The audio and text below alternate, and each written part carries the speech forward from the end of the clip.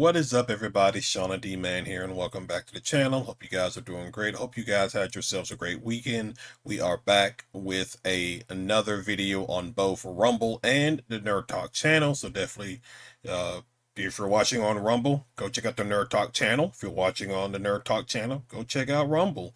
But we are gonna dive into a quick little video about some. I guess we're back in the year of cancellation. Now, over on Rumble, I dropped a video the last week talking about the whole Rev and Straub and Advanced GG situation, how their sponsor dropped them for things that weren't really, to me, defined as a reason to drop them. So I would say go check out that video as well. But this one is more interesting because Superman actor Dean Cain has been rejected by Galaxycon over a difference of values. Now, we were going to go through an article over on Geeks and Gamers. I am not affiliated. I'm not associated with them in any other way. I love the work that they put out. I won't go through this full thing because I want you to go and read it yourself. I want you to go visit the website yourself and check it out. But there are some highlighted points that I'm going to just talk about through this video. So the first and foremost, so yes, Dean Cain, who played Superman in Lois and Clark, which I think I vaguely remember watching coming on as a kid, like randomly at times, but so right here, there was a tweet put out. So Dean Cain, so this is how they tried to blacklist. What are the values that I hold, which are not aligned with Galaxycon's values? Please be specific. Sarah plus Galaxycon. Other celebrities' name redacted me. So anyways, this is a tweet, or at least a letter that was put out. In regards to Dean Cain, although I have a soft spot in my heart because he sent me an autographed postcard in the mail when I was like 10 years old, Galaxycon's values don't align with Dean. And it just blocks somebody's name out. Also reaches out to us quite often, but we're going to pass on him. Thank you. So this whole thing now, Dean Cain is basically conservative. Okay, that's his choice. He wants to be conservative. That's which, to be quite honest, you probably already knew what his views from a political standpoint were. Then why did you invite him in the first place? This is probably somebody who doesn't like Dean Cain. Now, Dean Cain has, he's someone who wants to fight for this country, and has joined ICE and things like that. So probably somebody was not a big fan of it. And so, yeah, that's pretty much it. So we're going to go real quick up through. Um, so actor Dean Cain, best known for portraying Superman in Lois and Clark, The New Adventures of Superman, says he has been rejected from appearing at GalaxyCon due to what event organizer describes as mismatch in values. Let me find something real quick because I actually came across. No, no, no, no. I'm sorry. This is something different. But we are going to go to Twitter though. We are going to go to Twitter and pull this up and talk about it and see what other people are saying, because it's really dumb. This isn't the first time too. There's a YouTuber or content creator, Camelot. I forgot the rest of his title. He was canceled from a con, or at least a meet and greet type of event. And guess what happened? Nobody showed up to that con at all. I don't know if you guys remember that from, like, I think it was last year it happened. But let's see. But yeah, so anyway, um now it was he banned, not banned, was the decision not to invite him due to his conservative Christian beliefs? It Because we're starting to see this trend again. We saw this in 2020, and I talked about it in the Rev and Straub video I dropped last week. I have another video that I'm probably going to be talking about something else that happened this week or this past week. We're starting to see these cancellations start to rear their ugly heads again, where if you don't like what somebody says, instead of like they lose an argument, they go and try to get them they're dropped by their sponsors or something like that. That we're starting to see that trend again, and it's kind of ridiculous that we're going back to that. But anyway, the situation unfolded publicly on X, which Cain revealed that Galaxycon, through an employee named Sarah, declined to book him, citing concerns over his personal views. Cain is an outspoken conservative Christian who routinely voices support for President Trump and ICE. Rather than quietly accepting the decision, Cain asked for a clarification, specifically requesting that Galaxycon explain exactly which values he allegedly holds that disqualify him from. So this is more than likely a liberal, left-leaning based person, the Sarah character, who doesn't like what Dean has to say, who doesn't like the fact that he supports Donald Trump and ICE, and so she's like, I don't think we need to have this person here. He could cause a problem, yada yada yada. It's utter ridiculous. So he obviously that's the tweet that we read. So he follows up, and this is probably where I'm not going to read anymore because I do want you guys to go and read the rest of the article. But we're gonna stop right here. So Cain presses Galaxycon for answers. As the discussion gained traction online, Cain made it clear he was not blaming a staff member who delivered the decision, instead pointing to Galaxycon's leadership. He publicly identified Mike Broder, the owner of Galaxycon, and asked for a direct explanation regarding the decision to exclude him. So here in a tweet, I don't blame Sarah for being the messenger here. The owner of Galaxycon is named Mike Broder. I'd love to hear his explanation. Talk about values. Supporters quickly rallied behind Cain, with fans and fellow convention goers asking Galaxycon whether traditional conservative positions, such as support for law enforcement, faith, or limited government, were now grounds for exclusion from fans' events. At no point did Galaxycon publicly specify which of Cain's views were considered incompatible with the convention's values. But like the thing of it is, and to go back to it, is you probably already knew you probably already knew it. You probably already knew what his views and everything like that was. But you still tried to, potentially tried to do Galaxycon. Now, meanwhile, let's see. I want to see if I'm trying to see if anybody else has really said much.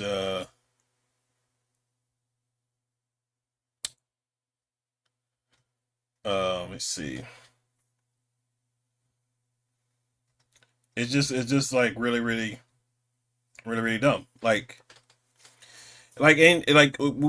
kind of see this a little bit in the Star Wars space as well. A lot of these fandoms that are going on right now are starting to get to a point in a position to where if you don't agree with our values, you no longer can be a part of this fandom or whatever. So, for instance, let's say Star Wars. You consistently hear people, oh, if you're a fascist or racist or whatever, you're not allowed to be a part of the Star Wars community. We're consistently seeing that. Now, sure, you can say, okay, all right, that's fine. People who are actually that, sure, they don't have a place. But not everybody is like that. Just because they view things differently as you doesn't mean they are a fascist, Nazi, or whatever. It's an unnecessary talking point that gets brought up whenever people feel like to use it, and it's just lost all meaning. But Dean Cain was relatively nice about it, I believe, because I believe he. Let me see if I can find it. Maybe it's here. Because it goes on to say he did have a private conversation. He spoke with Mike, appreciated the conversation. We agreed to disagree on certain things, but it turns out our values aren't so far apart. I encourage folks to speak with each other, and when they disagree on some things, and the world will be a better place. It's kind of like what Charlie Kirk used to say. He's like, I believe he phrased it such as, when people stop talking, that's when, um, you know, I don't want to misspoke. I don't want to misspeak him. Um, I know he mentioned something about like the moment people stop talking, bad things can happen, and but so then somebody replied back, so are you invited or not? The answer was no. He's still, even though they had a conversation, even though they went, apparently they have a lot more they agree on than they disagree on. Dean he still can't go. So it's gonna be curious to see on how this plays out because, as I mentioned, when let me find it. Let me find his name so I can properly give y'all his name. When Camelcast was when he was like invited to a convention, but they didn't. I guess they didn't like what he had to say, so they dropped him. And then that convention didn't hardly had anybody there at all. I'm going to be curious to see on if Galaxycon, if the same thing happens. Um, let me ask. I want to ask. Let me ask Brock. I'm curious on.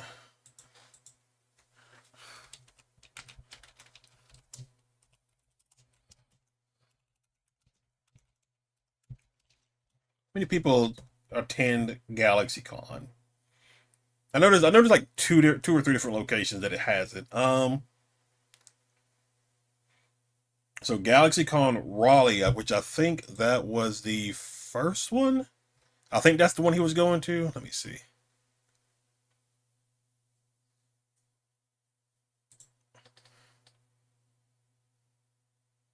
I think it was Yeah, I think it was the Raleigh. So, GalaxyCon Raleigh, they has the highest. 2025, they had at least 50,000 people over a 4 day period.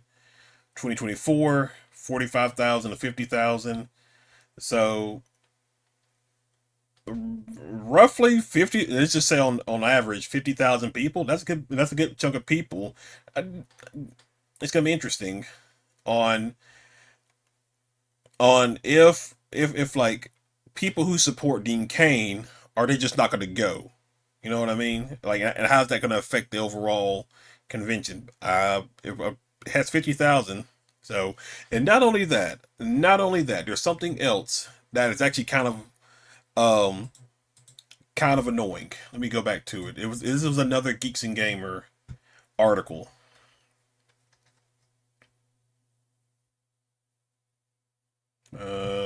Where did I see it? Where did I see it?